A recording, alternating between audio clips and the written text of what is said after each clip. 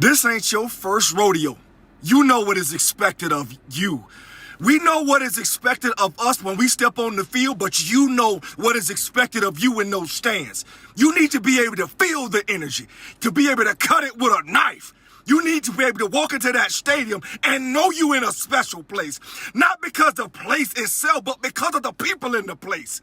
So bring that fire, bring your voice, and make sure when you leave that game that you hoarse, that you have nothing left, because that's what they gonna do on the field. They gonna leave it all on the field, and we gonna see what happens. Feel it thing, baby. Saturday night. Eagles, Giants, it's win or go home. The Birds, the number 1 seed in the NFC, look to continue a magical season. The Giants, they're flying high after an upset win in Minnesota last weekend. The Eagles feel fresh coming off a break. They want to put on a show in front of the Philly faithful. It's January football. It's time to turn it up. Welcome to the Kickoff Show presented by Little Caesars. I'm Ella DiGiovanni, joined by Fran Duffy. Look, when B-Doc is kicking things off, it's going to be a good night. Ella, I was in here when that video dropped on the Eagles' digital media channels this morning. I almost sprinted inside the studio and just flipped this desk. What a way to get ready for this game. I cannot wait till an hour from now. For everyone saying that it's hard to win 3 games in a season against the same team, the numbers prove that wrong. Since 1970, teams that defeat an opponent twice in a regular season and then see them again in the postseason are 14-9 in that playoff game, 12-6 at home. We saw it just last week when the 49ers beat the Seahawks on Wild Card Weekend. It was San Francisco's 3rd meeting with Seattle this season, and they won all 3 matchups. Now, the winner of tonight's game will advance to the NFC Championship game next Sunday. Who will await them? We won't know until tomorrow night. What we do know is it'll be the winner of Cowboys 49ers. 3 of the remaining 4 teams representing the NFC come from the East. So, Fran, there's a guarantee that at least one team who will be fighting for a spot in the Super Bowl will be out of the NFC East. Isn't it wild? Just considering where this division was a year ago, one of the worst divisions in football from a record standpoint. Well, fast forward to 2022, the NFC East, the best division, not just this year, but maybe in the history of the NFL. There are numbers out there that will support that claim. And the postseason, the way things have fallen, it's going to carry out that way. One guy very familiar with the NFC East, of course, is Eli Manning. He has a long history playing against the Eagles. This past Monday on the Dallas-Tampa Bay broadcast, the former Giants QB said he plans to be at the Link tonight. Again? I was going to try to keep that quiet, but I said when I retired I would never go back to a football game at Philly, but I think I had to break my promise. I think I have to go there. I can't wait to see the amount of double birds I get. Manning brothers there. It feels like everywhere you turn this week, someone was talking about Jalen Hurts and his shoulder. He missed 2 games at the end of the season dealing with a shoulder sprain, but he reported this week that he feels good. He was taken off of that injury report. He's a full go here tonight. And Fran, if we know anything about Jalen Hurts, I think it's safe to say we expect to see MVP caliber Jalen Hurts here tonight. That would be the expectation, right? But if you're the Giants, if you're the defensive coordinator, Wink Martindale, if you're Brian Dable, the head coach, you want to see for sure, right? Sure. And so I would expect early on that the Giants are going to blitz Jalen Hurts and just see where he's at from a health standpoint. That feeling out period, the first series or 2, will be very interesting and very telling on both sides of the coin there from the Eagles offense and the Giants defense. Now, we know that the Giants, they've evolved a little bit defensively over the last month. It's not the same scheme that the Eagles faced back in Week 14 up at the Meadowlands. They're playing far less man coverage. They were up near 50% man-to-man coverage, leading the NFL at that point in the season. Since that, under 10%. So a severe drop-off, a lot more zone coverage. They're blitzing a little bit less, Ella, but I do think here early on in this game especially, they're going to try and blitz Jalen Hurts off of his right side and just see how that shoulder's holding up. Well, in Week 14 was the first time this season the teams met, and that gives us a better gauge at that matchup because in Week 18, of course, New York didn't start any of their starters, and the Eagles just had to get out there, play super vanilla. They just had to get that win and keep Jalen Hurts healthy. So looking back at Week 14, it was arguably one of Jalen Hurts' best performances, one of the best team performances from this Philadelphia Eagles team. It was consistent from all 3 phases of the football, but when you talk about the 48 points they put up against this Giants defense, Jalen Hurts and all the players this week said it doesn't matter. We are two new teams. This is basically a new season that starts here tonight. Absolutely. And even what I just talked about, the change in coverage there with the New York Giants, that's kind of a telling sign here for this matchup. Because you go back, that was one of Jalen Hurts' best games as a pro, really in his entire career, going back to even high school. He was just so decisive with the football. That touchdown to Devontae Smith, that 4th and 9, 41-yard strike down the right sideline. A great example. Going through pre-snap. Hey, you know what? I think this is going to be man-to-man coverage. Post-snap, yes, it's man-to-man coverage. We know what the Giants are going to do. Let me go over the top to Devontae, and he's going to take it to the house. Well, here in this game, with the Giants mixing things up as much as they're doing, you have to, if you're Jalen Hurts, you have to get your read pre-snap and then confirm post-snap that is what you are getting. That's going to be the test here for Jalen Hurts in this football game. Don't get fooled by any kind of coverage disguise or anything they're trying to mix up with from a defensive standpoint.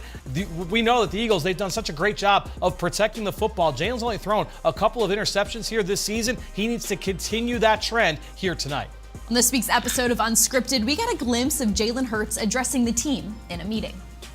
And I know this room, I know we have yet to touch our ceiling. We have yet to touch the best possible, performance we can put out there. We ain't did nothing yet. And I think this whole entire room, we got another level we could take it to. And to be honest, man, I ain't hungry. Coach Star always say hungry dogs run fast. I ain't hungry. I'm starving for this. This means so much to me. And I know everything is in front of us. I don't have to give y'all no rah-rah speech. I shouldn't have to give nobody in this room no get up and go, no go-go juice, no none of that. It's understood. It's understood. It's understood who we are. It's understood what we work for. And it's understood what we want to accomplish. But it takes everybody. It takes everybody. And we control everything that we want to do. Everything is in our hands. Shout out to our Eagles entertainment team, pumping out these unscripted episodes throughout the season, giving you that behind-the-scenes look. That is Jalen Hurts right here, and you're only going to see that type of footage right here from Eagles entertainment. Must-watch TV, so Eagles good. Unscripted this week. Just behind-the-scenes look at this team, not just getting ready for this week, but down the stretch here in this playoff run. You need to make sure you go watch Eagles Unscripted. Absolutely. Well, back in week 14, like we mentioned against the Giants, Miles Sanders, he rushed for 144 yards and 2 touchdowns. When we dig into the meat and potatoes of this New York defense, it's going to be interesting, Fran, to see what they do today, what they attack. Is it going to be the passing game? Is it going to be the running game? Is it going to be a big opportunity for Miles Sanders and Boston Scott and company on the ground? It'll be interesting to see what they choose to do. Well, especially when you look back at last week, the way the Minnesota Vikings were able to not be able to run the football against the Giants. They were truly one-dimensional. The Vikings have not been a good run team all year. The Giants played into that. They played 20 snaps, Ella. 20 snaps with not just 6 DBs on the field, 7 defensive backs. If the Giants dare to do that against Miles Sanders in this Eagles running game, they are going to smash them on the ground. So the Giants are going to have to take a different plan of attack here against Miles Sanders. He had that career-high 144 yards on the ground. A lot of that gap scheme runs where it's going to start to the inside and then you see Miles burst. Remember that 40-yard touchdown run he had in the fourth quarter where he just took off and ran away from everybody else on the field. No one in a blue jersey could touch him. I would expect more of those gap scheme runs from Miles Sanders and maybe this guy, number 35, Boston Scott, tonight. The Giant killer. Yeah, Giants special teams coordinator this week said that Boston Scott, he's not small, he's just short. I've never heard of a better description about Boston Scott because that's exactly right. There's nothing small about the way he plays the game of football. Whether it's offense or special teams, you got a feeling number 35, Boston Scott, he's going to have his name called here in this game. We're looking at the wide receivers now. A.J. Brown and Devontae Smith have been the most historic wide receiver duo in franchise history this season. The way they match up against New York is intriguing today. We started to dig into it in terms of the way that this Giants defense is going to deploy their weapons. But when you think about the way that they were able to shut down Justin Jefferson last week, held him to less than 50 receiving yards. Between Devontae Smith and A.J. Brown, they're going to have their hands full, but they're a two-headed monster, Fran. And that's why the test changes for this Giants defense. Yeah, stopping Justin Jefferson, that was the number one goal going up against the Vikings a week ago. The Giants, they got Adoree Jackson back, and he's their number one corner. He missed that Week 14 battle against the Eagles with that knee injury that plagued him for the second half of the year. What are they going to do with Adoree Jackson? Are they going to match him up on A.J. Brown, or are they going to try and play sides here? That's something I'm going to look for early in this game, but regardless, if you're A.J., Devontae, Quez Watkins, you have to be ready for hot throws in this offense early on in this game. We talked about how the Giants are likely to blitz Jalen Hurts early on in this football game. That means the ball's going to come out fast. So AJ, Devontae, those guys have to win early in the route and be ready for those hot throws. AJ is no stranger to the playoffs. In each of his 3 seasons in Tennessee, he made postseason appearances. In 2019, he made it all the way to the AFC Championship game. But this is different for Brown. It's a Philly thing. Like I say, it's a very passionate city who love the players, love the game, love everything about it. You know, it's just diehard fans. It's kind of like hard to explain. You know, I see stuff on social media, fans just doing crazy stuff. Now that's just a Philly thing. You won't see that nowhere else. You know, man, I don't know, man, because I just know like the place gonna be rocking. You know, it's gonna be hard to hear. You know, hard to communicate. I don't know, man. I just know it's gonna be crazy out there. You know, it's on Saturday night, so we definitely gonna try to do our best to, you know, to ball out and put on the show. You know, I just got chills talking about it.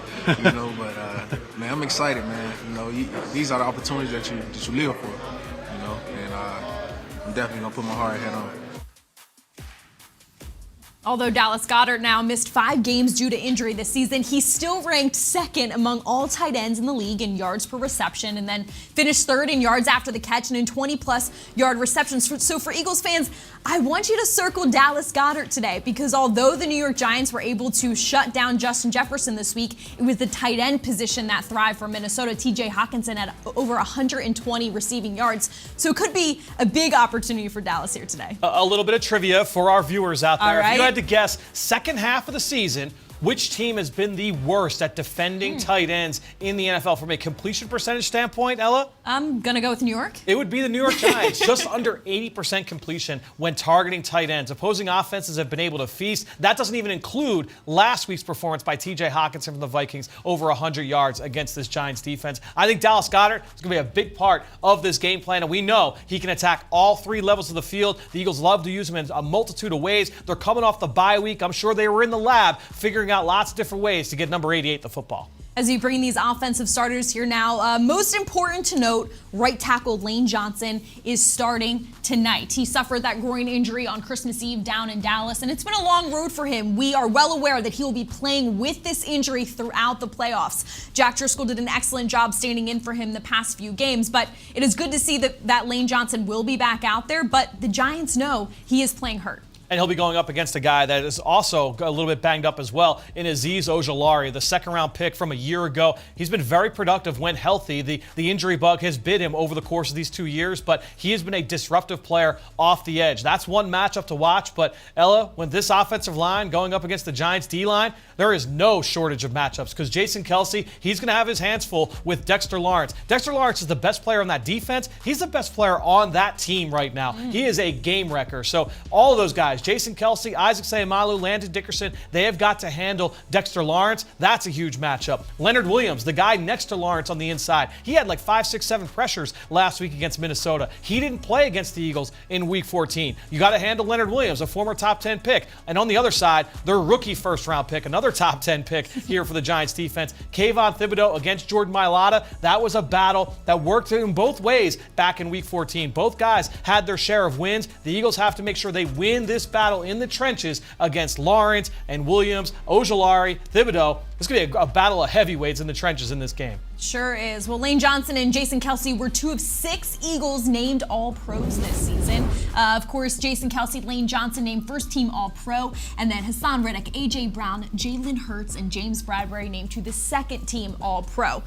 Pretty telling of how well this Eagles team has played throughout the season that you got All-Pros on both sides of the football. I mean, it's really simple to see where this organization puts their value when it looks at trying to build this roster, and that's the line of scrimmage. Free agency, trades, big contracts, high draft picks, volume of draft picks. The Eagles love to address the offense and defensive lines, and I'll tell you what, the proof is in the pudding. This is one of the best teams in the NFL because of their dominance up front on both sides of the football. Now, Jason Kelce has been in this playoff scenario before. He knows what to expect. He has the experience.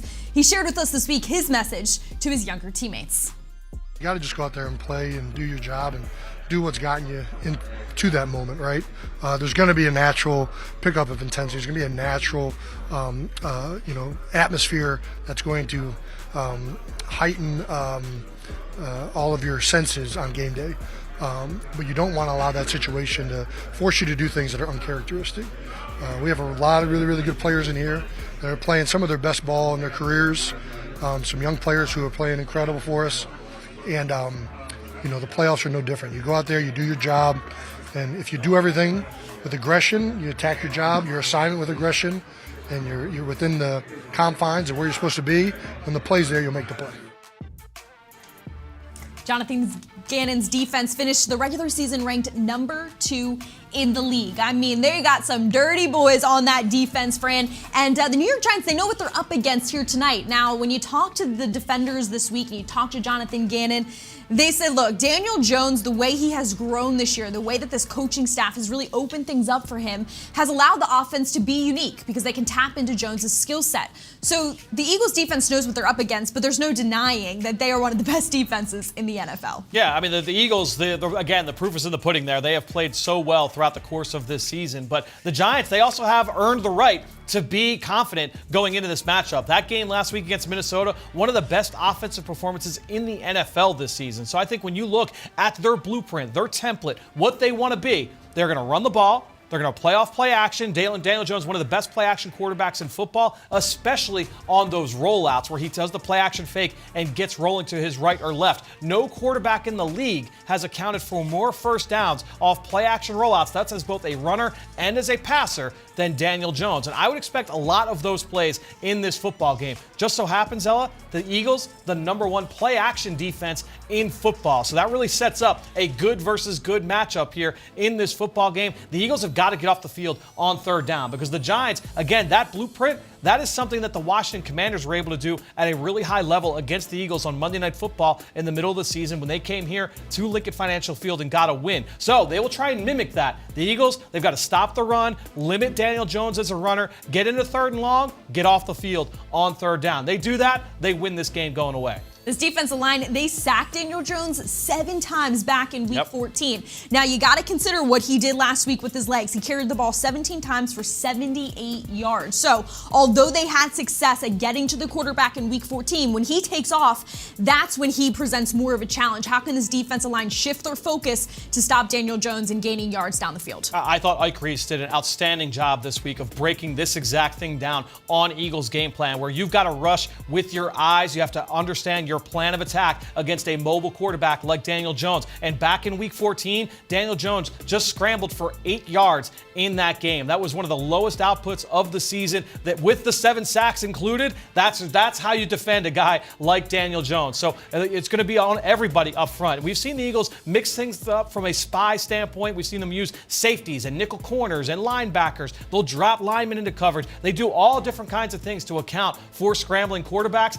but that's going to be the big thing. Make sure you limit Daniel Jones. Don't allow him to create those big plays with his legs. Brandon Graham was one of the guys that got to Daniel Jones in week 14, and he has had a career year. 34 years old in his 13th season in the National Football League. Coming off of a devastating Achilles injury last year, he is the embodiment of what it means to be a Philadelphia Eagle. He's beloved in and out of this building. So our social team, they got into the locker room over the bye last week and had some players do their best BG impersonation. Can you also do your best impression of BG? What's up, boy? Let's get it, boy. I think I gotta knock it out of the park. It's gonna be hard to replicate. Man, you already know. I'm coming for you, 3-5. That one. Don't think I ain't gonna come get you. Hey, that's it right there. You're like, yeah, boy. Go, boy. Nah, I can't. That's some good stuff. We're going to bring in the defensive starters now. Josh Sweat is good to go tonight. He suffered that neck injury against the Saints, but he is ready to play here tonight. And Jonathan Gannon said he is one of our elite players on this defense. You know it's a big deal to get Sweaty back. One of the biggest matchups from a Giants standpoint is making sure that Josh Sweat does not beat them. Now, the guy that's going to be in charge of that, Andrew Thomas, their left tackle, and he has gotten all pro votes this season with the way that he played. One of the better tackles in football, one of the better young offensive linemen in the league. Well, if you go back to week 14, Josh Sweat gave it to Andrew Thomas. It was one of his worst games of the season. So that is a matchup to watch. One other matchup on the line of scrimmage. The other side, Haason Reddick going up against Evan Neal, their rookie first-round pick. Neal has really struggled this year. He's been one of the worst pass-protecting tackles in the NFL. Even when you factor in all the play action and all the screens that they do, he has still really, really struggled in those drop-back situations. Haason Reddick had a field day against Evan Neal back in Week 14. I would expect more of that here in this game. We saw Avonte Maddox a little bit in some of those shots. He is also ruled out tonight with that toe injury he suffered a few weeks ago. Don't have much of a timetable on when he'll make his return this season in this postseason run, but he is out tonight with a toe injury. Yeah, so we'll see C.J. Gardner-Johnson, we would assume, in that slot role. That's what we saw from this defense the last time they took the field in Week 18 against these Giants. And really, for me, the entire secondary, it's about getting back to taking the football away. Think back to Week 18. They dropped like 4 or 5 interceptions. They were so opportunistic throughout the majority of this season defensively. You go back and force some of these turnovers, that will go a long way towards a win tonight.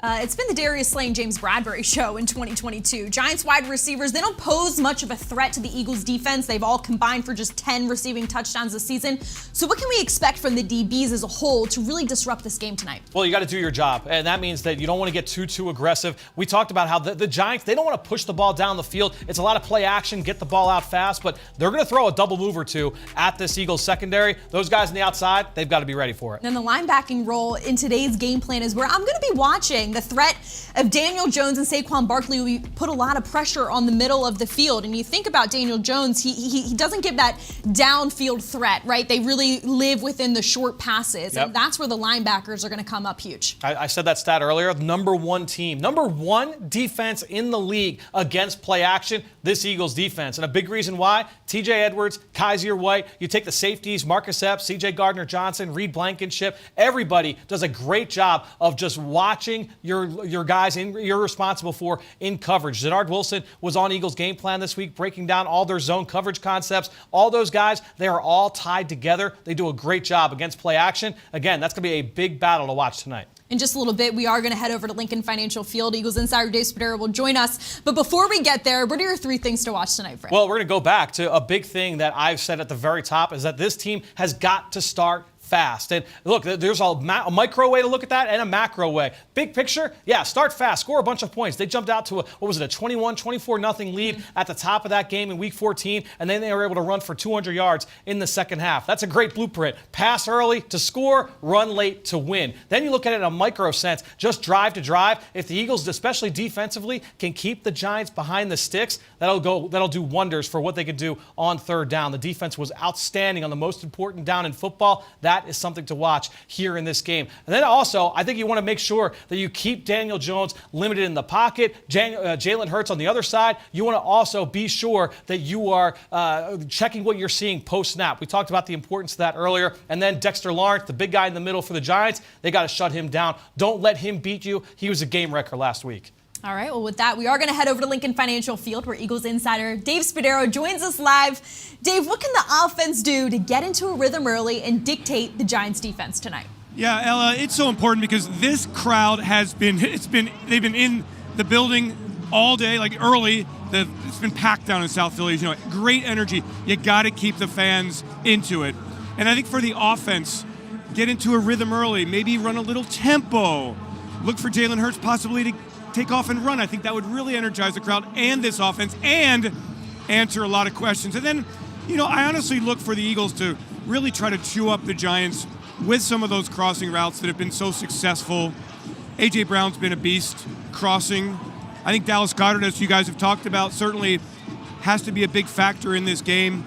And look, just win inside, as Fran has talked about, against Leonard Williams and against Dexter Lawrence. Those two guys are big, strong, physical. They're going to try to match up one-on-one over Jason Kelce with Dexter Lawrence. That's a big one-on-one battle to watch. But certainly I think everybody is looking at Jalen Hurts to get him into an early rhythm. And as the Eagles did in Week 14, get up on this football team. Giants are really going to be pressed if they fall behind by double digits early in this game. Looking at the other side of the ball, what's the biggest concern for this Eagles defense?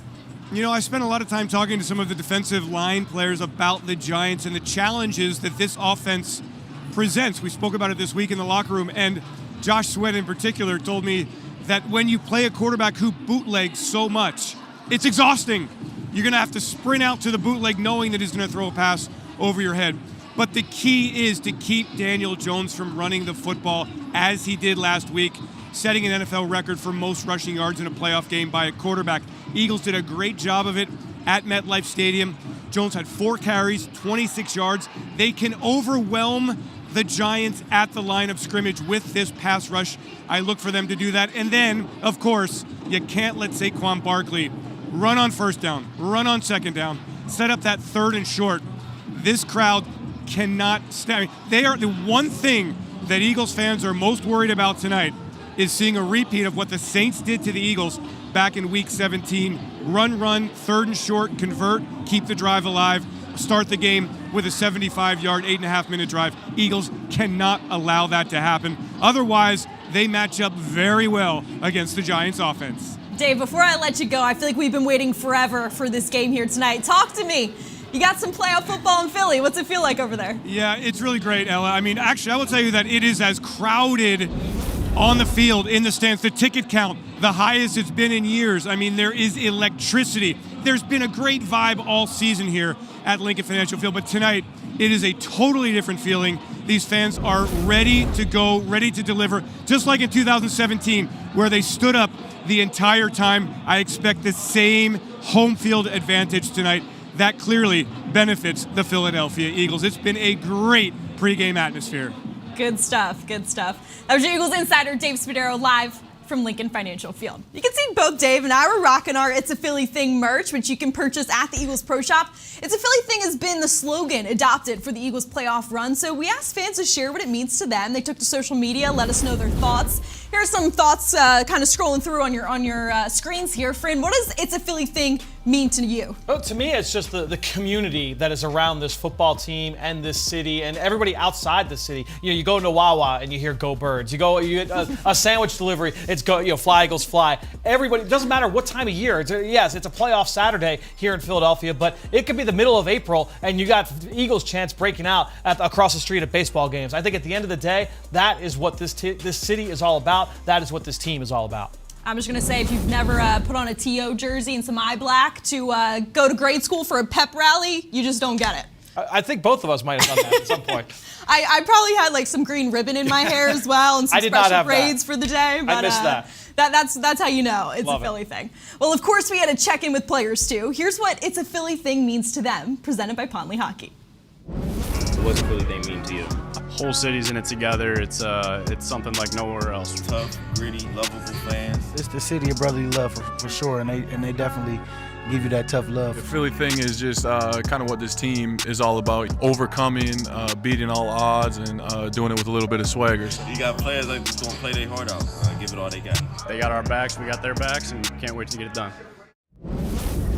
The Kickoff Show is delivered by Little Caesars, proud partner of the Philadelphia Eagles. Order online during the Pizza pregame and get it delivered or pick up in store in the Pizza Portal. Pizza.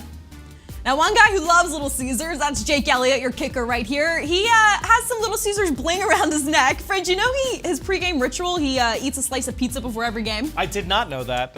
Must be nice, though. Yeah, I guess it's working out pretty nicely for him. We should try that next time. I don't know if it'll work out for me as well. I'm going to have a stomach ache. Yeah. Eat too much pizza, right? Well, let's get back to the X's and O's before we go. What's your Rico extra point? Well, we talked about the confidence in this Giants offense from what they did a week ago against Minnesota. And one thing they did, truly unique. And I think when you look at their use of what is called pony personnel, Brian Daboll, that offensive coaching staff, they did a great job of using that pony personnel, which is essentially 2 running backs on the field at the same time. Saquon Barkley, Matt Breida is the second guy to worry about. They averaged just under 8 yards a play with those 2 guys on the field, typically with Barkley in the backfield and Breida in the slot. They loved a lot of the jet sweep action. Sometimes they gave the ball to Breida on those jet sweep looks. Other times it was just misdirection to toss the ball to Saquon. That touchdown run he had early in that game last week against Minnesota, that was it right there. Other times you're going to get jet action with a play action drop back pass from Daniel Jones. Big plays to Darius Slayton down the field field over the middle. Other times, you're going to get Saquon Barkley flexed out wide or in the slot. We saw some third down conversions with Saquon as a receiver over the middle of the field, Breida in the backfield. And then you're also just going to get the wildcat, where one guy's a blocker, one guy's a ball carrier, and you have got to account for all of these different play concepts. Again, 15 reps of this. That's not a small number, just under 8 yards of play. That is something the Eagles will have to contend with. Dave brought up that Saints game earlier. I think you look back at what they did with Taysom Hill, mixing and matching personnel groupings. That is something the Giants will try and play into early on in this game. Keep an eye out for some of those pony sets from this Giants offense. Well, you know it's playoff football in Philly because the Stars are out tonight. They're taking to social media to let us know they are in Philly. Look what we got going on here. This might have rattled some New York fans a little bit. I think this was the other night walking in. Let's see what else we have here. Meek Mill, Eagles game today. Gonna be snapping. That's not surprising from him. Who else we got? Dawn Staley, huh? It's a Philly thing. Love it, love it. Colleen Wolfe from the NFL Network. She knows what it's a Philly thing means, huh? Who else we got here? Oh, Mrs. Kelsey, huh? She's in KC tonight for Travis Kelsey, but you know she's always rooting on the Birds. And then Torrey Smith, he's actually an honorary captain tonight with Brent Selleck and Malcolm Jenkins. And who else we got here? And Carly Lloyd. We know she's an Eagles fan from South Jersey. Kiki Palmer in the house, huh? Oh, let's go. A night under the stars with stars. Love it, love it, love it. All right, that'll do it for us here on the Kickoff Show. But before we go, here's a reminder, Eagles fans, to join us on the postgame show immediately following the game. Myself, Fran Duffy, and Ike Reese will have you covered the whole way through. This is it. Win or go home. The link is rocking. Eagles fans are ready for a show. Will Jalen Hurts put the team on his back? Will this Philly defense be too much for Daniel Jones and Saquon Barkley? Enjoy the game. Thanks so much for watching, and go Birds.